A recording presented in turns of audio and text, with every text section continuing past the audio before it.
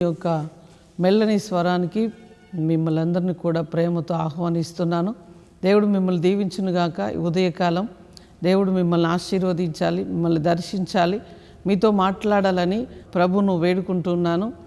మీరందరూ బాగున్నారని ఆశిస్తున్నాను. ఈ ఒక కార్యక్రమం చూస్తున్న మీ అందరికీ కూడా దేవుని యొక్క స్వరం వినబడుతుంది. దేవుని యొక్క వాగ్దానము మీ పట్ల నెరవేర్చబడినట్లుగా దేవుని యొక్క మహాకృప మిమ్మల్ని వెన్నంటి ఉండబోతున్నది. మీరు ఈరోజు వరకు బాధ, దుఃఖము, వేదన, అయ్యో నాకు ఎక్కడి నుంచి సహాయం రావట్లేదు, నేనేం చేయాలి, నా పరిస్థితి ఏంటి అని రకరకాల ప్రశ్నలతోనూ ఉండొచ్చు. కానీ ఈరోజు మెల్లని స్వరంలో నుంచి ప్రభు నీతో మాట్లాడుతున్నాడు, నిన్ను ధైర్యపరచబోతున్నాడు, నీకు సహాయం చేయబోతున్నాడు, నీకు మేలు చేయబోతున్నాడు. ఏం మాట్లాడుతున్నాడు ప్రభు?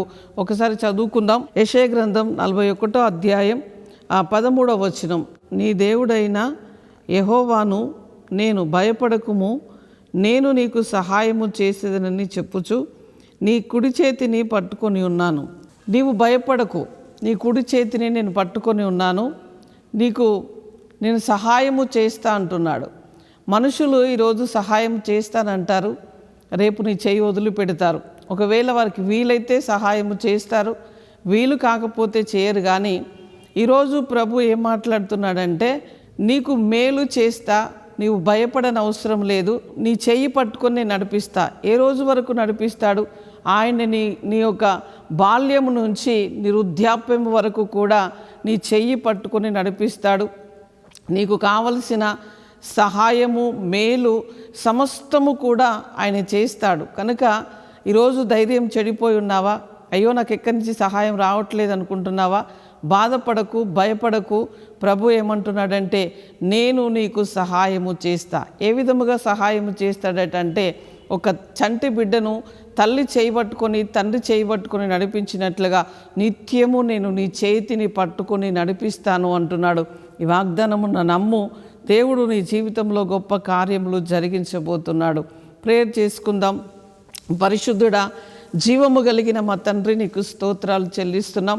ప్రభా, ఈ యొక్క వాగ్దానమును ఎంతమంది రిసీవ్ చేసుకున్నారో, ఎంతమంది చూస్తున్నారో, ప్రభా, ఏ బాధతో ఉన్నారో, ఏ దుఃఖముతో ఉన్నారో, ఏ వేదనతో ఉన్నారో, ఏ పరిస్థితుల్లో ఏ ఆధారము లేకని ప్రజలు ఉన్నారో, అయ్యా వారికి కావలసిన సహాయం అంతా నీ కృపలో అందునుగాకని ప్రార్థిస్తున్నాం.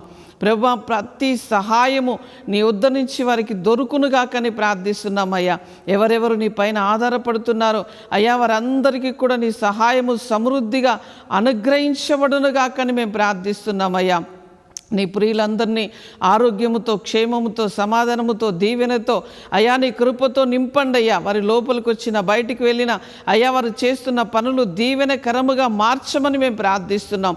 అయ్యా, చదువుకుంటున్న బిడ్డలకు చక్కటి జ్ఞానమునివ్వండి, అభిషేకమునివ్వండి, వారు రాకపోకలేందుకు క్షేమాన్ని దయచేయండి ప్రభువా.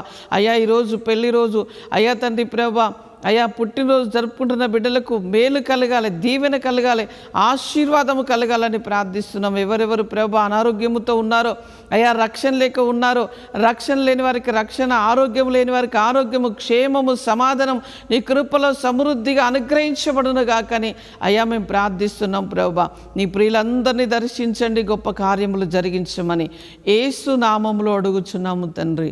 Amen, amen. God bless you. Praise the lord.